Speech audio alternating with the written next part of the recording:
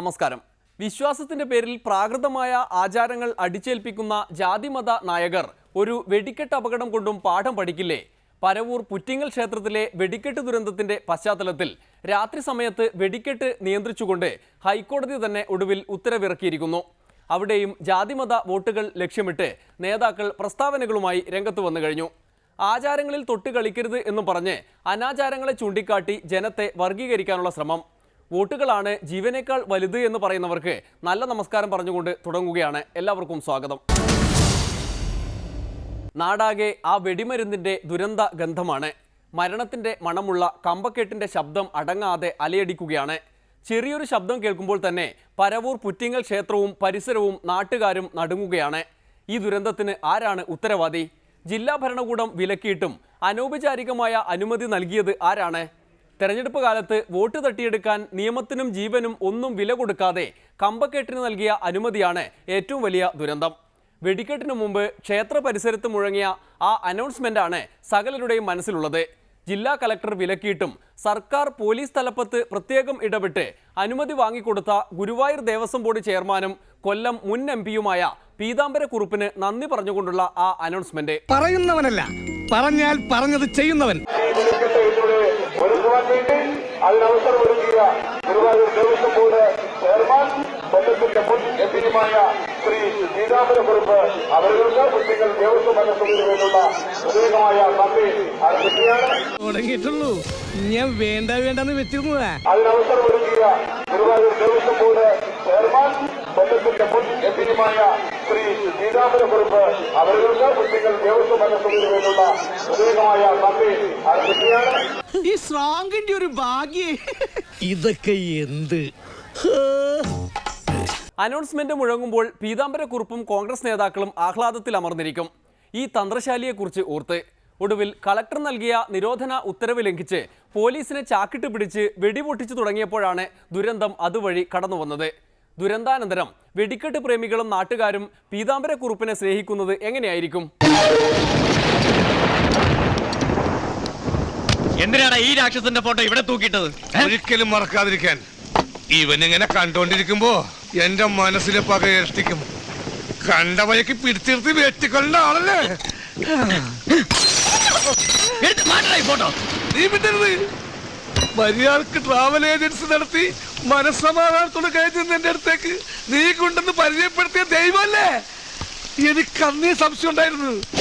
അവന്റെ അമ്മൂമ്മയുടെ ഗഫൂർ ഖാദാസ്. അതുകൊണ്ട് ഇമാതിരി കുറുക്കു വഴികളിലൂടെ സഞ്ചരിക്കുമ്പോൾ ഉണ്ടാകാനിടയുള്ള അപകടം കൂടി ഇനിയുള്ള കാലം നേതാക്കന്മാർ തിരിച്ചറിയുമെന്ന് പ്രതീക്ഷിക്കാം. അനൗപചാരിക വോട്ടുകൾ പ്രതീക്ഷിച്ച് രാഷ്ട്രീയക്കാർ ചെയ്യുന്ന ഇമാതിരി പരിപാടികൾ ശരിയാണോ? ദുരന്തം ഉണ്ടായ ഉടനെ പ്രധാനമന്ത്രി വിമാനം പിടിച്ചെത്തുന്നു. ഉമ്മൻചാണ്ടി രാഹുൽ ഗാന്ധിയെ വിളിച്ചു വരുത്തുന്നു. കോടിയേരി യെച്ചൂരിയെ വിളിച്ചു വരുത്തുന്നു. മെഡിക്കൽ കോളേജിൽ ട്രൗസറും കുറുവടികളും ഖദറും നക്ഷത്ര തൊപ്പിയും ധരിച്ചവർ കൂട്ടം കൂട്ടമായി രക്തം കൊടുക്കാൻ എത്തുന്നു. ആകപ്പാടെ രാഷ്ട്രീയം തന്നെ. BJP-കാരനായും കോൺഗ്രസ്സുകാരനായും CPIM-കാരനായും മാത്രമേ ഇത്തരം സമയങ്ങളിൽ സഹായിക്കാൻ കഴിയുകയുള്ളൂ എന്നാണ് നാട്ടുകാരുടെ ചോദ്യം. ഫോട്ടോയ്ക്ക് പോസ്റ്റ് ചെയ്യലാണെങ്കിൽ കണ്ടാൽ തരിച്ചിരുന്നു പോകും. എന്തായാലും ഇക്കാര്യം തിരിച്ചറിഞ്ഞതുപോലെയാണ് പ്രചാരണ വേദിയിൽ NK പ്രേമചന്ദ്രൻ നടത്തുന്ന പ്രസംഗം. കോടിയേരി ബാലകൃഷ്ണൻ പറഞ്ഞ വാചകം നിങ്ങൾ ശ്രദ്ധിച്ചിട്ടുണ്ടാകും. ഗവൺമെന്റിന്റെ ഗുരുതരമായ വീഴ്ചയാണ് അപകടത്തിന് കാരണം. ഒരാൾ പോലും പറഞ്ഞില്ല. VS ഒന്നുകൂടി പൊതിഞ്ഞു പറഞ്ഞു. നിങ്ങളൊന്ന് ആലോചിക്കുക. 2 ദിവസം കഴിഞ്ഞ് പറഞ്ഞാൽ മനസ്സിലാക്കാം. ദുരന്ത ഭൂമിയിൽ ദുരിതാശ്വാസ പ്രവർത്തനങ്ങൾ നടക്കുമ്പോൾ അതിന്റെ പിന്നിലും 10 വോട്ട് കിട്ടാൻ വല്ല മാർഗവും ഉണ്ടെങ്കിൽ അതാണ് CPM-ന്റെ രാഷ്ട്രീയം. അല്ലെങ്കിലും കോടിയേരി അങ്ങനെ ചെയ്യാമായിരുന്നോ എന്ന് ആരായാലും ചോദിച്ചു പോകും. എന്നാൽ പ്രേമചന്ദ്രൻ ഇനി പറയുന്നത് കൂടി കേൾക്കണം. പുറ്റിങ്ങൽ വെടിക്കെട്ട് ദുരന്തം ഒരു തരത്തിലും പ്രചാരണ വിധേയമാക്കാത്ത പ്രേമചന്ദ്രന്റെ ആ പ്രകടനം. 4:30 മണിക്ക് പരവൂർ പുറ്റിങ്ങൽ ക്ഷേത്ര സന്നിധിയിൽ എത്തിച്ചേരുമ്പോ ഏതാണ്ട് 250-280 വരുന്ന മിക്കവാറും എല്ലാവരെയും ആശുപത്രിയിൽ എത്തിച്ചു. ഏതാണ്ട് 7-8 പേരുടെ മുഴുവൻ മൃതദേഹങ്ങളും കണ്ടെടുത്തു, മോർച്ചറിയിൽ കൊണ്ടുചെന്നു. യുദ്ധകാലാടിസ്ഥാനത്തിലുള്ള നടപടികൾ സ്വീകരിച്ചു. 10 ലക്ഷം രൂപയുടെ ധനസഹായം പ്രഖ്യാപിച്ചു. മാരകമായ പരിക്ക് പറ്റിയവർക്ക് 2 ലക്ഷം രൂപ, നിസ്സാര പരിക്ക് പറ്റിയവർക്ക് 50,000 രൂപ. എല്ലാ തരത്തിലുള്ള നടപടികളും സംസ്ഥാന ഗവൺമെന്റ് സ്വീകരിച്ചു. യവം പുലിയാണ് കേട്ടാ. പുലി എന്ന് പറഞ്ഞാൽ വെറും പുലിയല്ല, ഒരു സിംഹം. അതാണ്, മറ്റുള്ളവർ തെരഞ്ഞെടുപ്പ് പ്രചാരണത്തിന് വെടിക്കെട്ട് ദുരന്തത്തെ ഉപയോഗിക്കുന്നു എന്ന് പറയുകയും ചെയ്യും, സ്വയം അങ്ങനെയെല്ലാം പ്രവർത്തിക്കുകയും ചെയ്യും. വെടിക്കെട്ട് ദുരന്തം അതിന്റെ അലയൊലികൾ ഇങ്ങനെ മുഴക്കിക്കൊണ്ടിരിക്കെ പടക്കക്കട ആകെ കത്തിയതിന്റെ സങ്കടത്തിലാണ് സാക്ഷാൽ PC ജോർജ്. ഇടതുപക്ഷം സീറ്റ് കൊടുക്കാത്തതിനാൽ ദുരന്തമുഖത്ത് തരിച്ചുള്ള ആ ഇരിപ്പ് PC ഇപ്പോഴും തുടരുകയാണ്. സ്വതന്ത്ര സ്ഥാനാർത്ഥിയായി വിജയിച്ച് നിയമസഭയിൽ എത്തുന്ന ആ വിജയ നിമിഷം മാത്രമാണ് ഈ തരിപ്പിനൊരു പരിഹാരം ഉണ്ടാക്കുക. എന്തായാലും വിജയിച്ചു കഴിഞ്ഞാൽ VS ആണെങ്കിൽ മാത്രമേ ഇടതുപക്ഷത്തിന് അനുകൂലമായി വോട്ട് ചെയ്യൂ എന്ന് PC പ്രഖ്യാപിച്ചു കഴിഞ്ഞു. പിണറായി ആണെങ്കിൽ മുഖം തിരിച്ചു കളയുമത്രേ. അങ്ങനെ പടക്കടകുദാഹവ എന്തൊക്കെ മേളായിരുന്നു, പാട്ട്, ഡാൻസ്, കൂത്ത്. എനിക്കപ്പോഴേ തോന്നി ടമാർ പടാർ എല്ലാം കത്തിച്ചാമ്പലാവൂന്ന്. ഞാനിതുവരെ ആരോടും പറയാത്തൊരു രഹസ്യമുണ്ട്. കേരളം അറിയാത്ത രഹസ്യം, ഇന്ത്യ അറിയാത്ത രഹസ്യം. ഇനി ഞാനത് മറച്ചു വെക്കുന്നില്ല. ജയിച്ചു വന്നുള്ള നിലപാട് ഞാൻ ഒളിച്ചു വെക്കാൻ പറഞ്ഞു. ഒരെണ്ണം മാത്രം, VS അച്യുതാനന്ദൻ മുഖ്യമന്ത്രി എന്ന് ഞാൻ VSന് പിന്തുണ. അതിന് കാരണം കേരളത്തിലെ ഗ്യാലപ്പോളിൽ 36% പേരും VS മുഖ്യമന്ത്രിയാണെന്നാണ് പറഞ്ഞിരിക്കുന്നത്. അതുകൊണ്ടാണ്. ചന്ദ്ര, എന്തോ ചിലപ്പോ തോന്നും നീ ഒരു കോമാളിയാന്ന്, ചിലപ്പോ തോന്നും നീ വലിയൊരാളാന്ന്. ഓഹോ, സത്യത്തില് നീ ആരാ?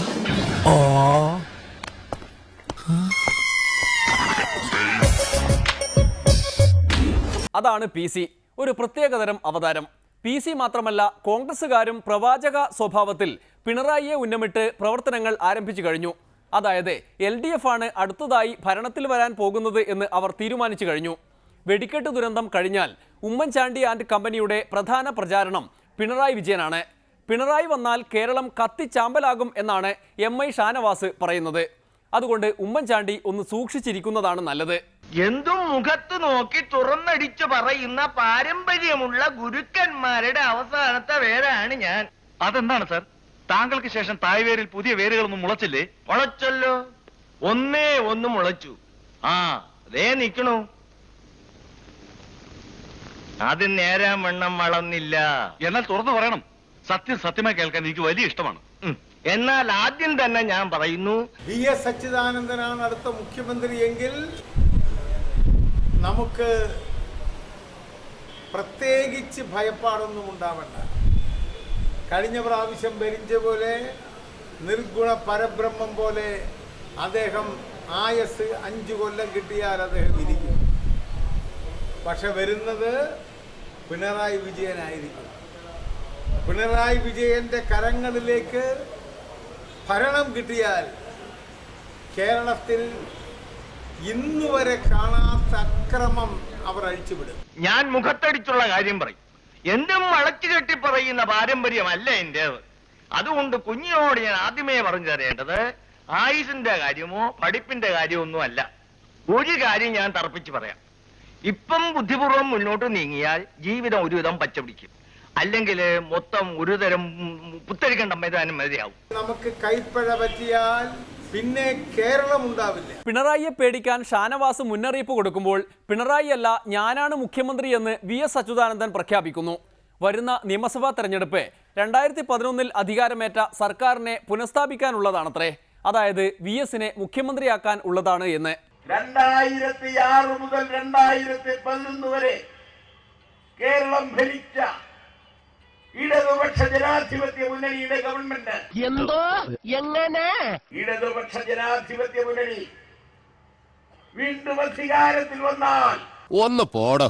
ഈ വരുന്ന മെയ് 16-ാം തീയതി പോളിംഗ് ബൂത്തിൽ എത്തുമ്പോൾ കിട്ടുന്ന ബാലറ്റ് ഉപയോഗിച്ച് ചുത്തിയേരുവാൾ നക്ഷത്ര ചിഹ്നത്തിൽ വോട്ട് രേഖപ്പെടുത്തി ഒരാപുറത്ത് എന്ന് പറഞ്ഞ് ആട്ടിപ്പായിക്കും. എന്റെ കയ്യിൽ S മോഡൽ കത്തിയില്ലാതായി പോയി. VS മുഖ്യമന്ത്രി ആയാലും ഇല്ലെങ്കിലും പ്രചാരണത്തിൽ സജീവമായി കഴിഞ്ഞു. ഈ തെരഞ്ഞെടുപ്പിൽ VSന്റെ പ്രത്യേക നമ്പർ സ്ഥാനാർത്ഥികളുടെ പേര് തെറ്റിക്കലാണ്. കുട്ടനാട്ടെ തോമസ് ചാണ്ടിയുടെ പേരിന് പിന്നാലെ പാറശാലയിലെ ഹരീന്ദ്രന്റെ പേരാണ് VS മാറ്റി പ്രഖ്യാപിച്ചത്. നെയ്യാറ്റിൻകരയിൽ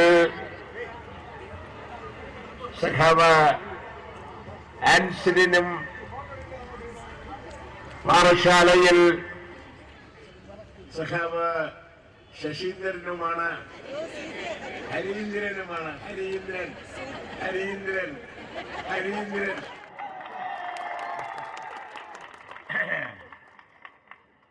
CPIM-ന്റെ സ്ഥാനാർത്ഥികളായി മത്സരിക്കുന്നത്. പേര് തെറ്റിയവർക്ക് തെറ്റിയതിന്റെ സങ്കടം. എന്നാൽ പേരൊക്കെ കറക്റ്റായി ഉച്ചരിച്ചിട്ടും സീറ്റ് കിട്ടാതെ പോയി സങ്കടക്കടലിലായ ചിലരുണ്ട്. ഒറ്റയ്ക്ക് നിൽക്കുമ്പോൾ വലിയ ശക്തിയാണ് എന്നൊക്കെ വീമ്പിളക്കി കളയും. ഒറ്റയ്ക്ക് നിൽക്കാൻ ഒട്ട് ത്രാണി ഉണ്ടാവുകയുമില്ല. കേരള കോൺഗ്രസ് ജേക്കബ് ഗ്രൂപ്പിന്റെ അഖിലലോക ചെയർമാനായിരുന്ന ജോണി നെല്ലൂരിന്റെ കാര്യവും തഥൈവ. പാർട്ടിയുടെ എല്ലാം മന്ത്രിക്ക് മുകളിൽ ഉള്ളയാൾ എന്നെല്ലാമാണ് ജോണി സാറ് നാട്ടുകാരെയും അതോടൊപ്പം തന്നെയും വിശ്വസിപ്പിച്ചിരുന്നത്. എന്നാൽ തെരഞ്ഞെടുപ്പ് വന്നപ്പോൾ സീറ്റ് ജേക്കബ് സാറിന്റെ മകൻ അനൂപ് ജേക്കബിന് മാത്രം കൊടുത്താൽ മതിയെന്ന് ഉമ്മൻചാണ്ടി അങ്ങ് തീരുമാനിച്ചു. എന്തു ചെയ്യാം, ജോണി സാറ് അങ്കലാപ്പിലായി. ഒടുവിൽ ഞാൻ ഇടതുമുന്നണി സ്ഥാനാർത്ഥിയാകും എന്നെല്ലാം പറഞ്ഞ് ഉമ്മൻചാണ്ടിയെയും കോൺഗ്രസുകാരെയും വെല്ലുവിളിച്ചു. ഇറങ്ങിപ്പോയി. നാടകാന്തം ദുരന്തം എന്നൊരു പുതിയ ചൊല്ല് തന്നെയുണ്ടായി. ജോണി സാറ് എനിക്ക് വിശക്കണമെന്ന് പറഞ്ഞ് തിരിച്ചു വന്നിരിക്കുന്നു. ഇന്ദിരാഭവനിലോട്ട് തന്നെ. ഇടതുപക്ഷത്ത് രാജകീയ സ്വീകരണം പ്രതീക്ഷിച്ച് ഉമ്മൻചാണ്ടിയെ വെല്ലുവിളിച്ചു പോയ ആ പോക്കിൽ തുടങ്ങാം.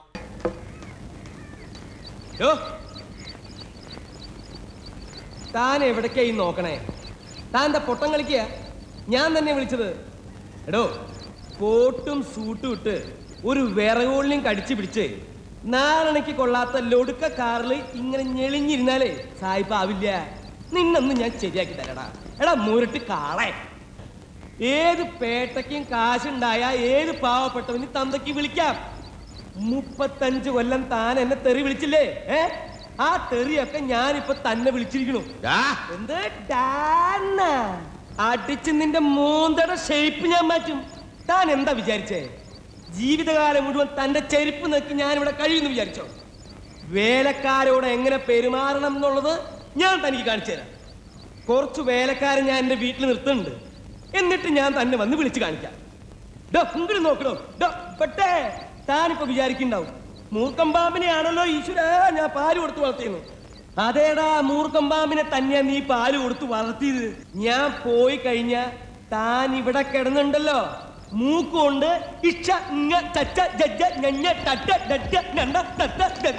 വരയ്ക്കും. അത് കാണാൻ ഞാൻ എന്റെ സ്വന്തം കാറിൽ വരും.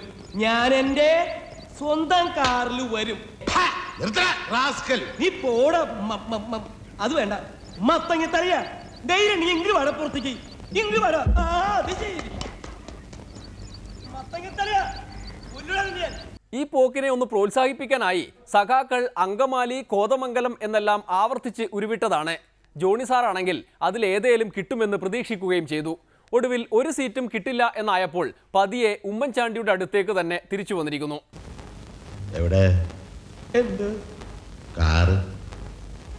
എനിക്ക് വിശക്കടൂ. 7 ദിവസമായി ആഹാരം കഴിച്ചിട്ട്. വീട്ടിൽ വേലക്കാരില്ലായിരുന്നു വെച്ചോളമ്പി തരാൻ? ശവത്തി കുത്തരുത് ജഡ്ജിയമ്മാനെ. ഏമാനെ നല്ലല്ലോ അന്ന് നീ എന്നെ വിളിച്ചത്. സാറെന്ന് വിളിക്കാറുണ്ട്, ജഡ്ജി എന്ന് പറയാറുണ്ട്. എന്നതൊരു തെറ്റാ? അല്ല, കാറ് വാങ്ങാൻ പോയ ദിവസം എന്നെ വേറൊരു പേര് വിളിച്ചല്ലോ. ഞാനൊരു സത്യം പറഞ്ഞ് വിശ്വസിക്കൂ? പറയൂ. എന്നാ എനിക്കത് ഓർമ്മയില്ല. എനിക്ക് ഓർമ്മയുണ്ട്. മത്തങ്ങ തലയാന്ന് വിളിച്ചില്ലേ? നിനക്ക് നീ മതിയായിട്ടില്ലല്ലേ?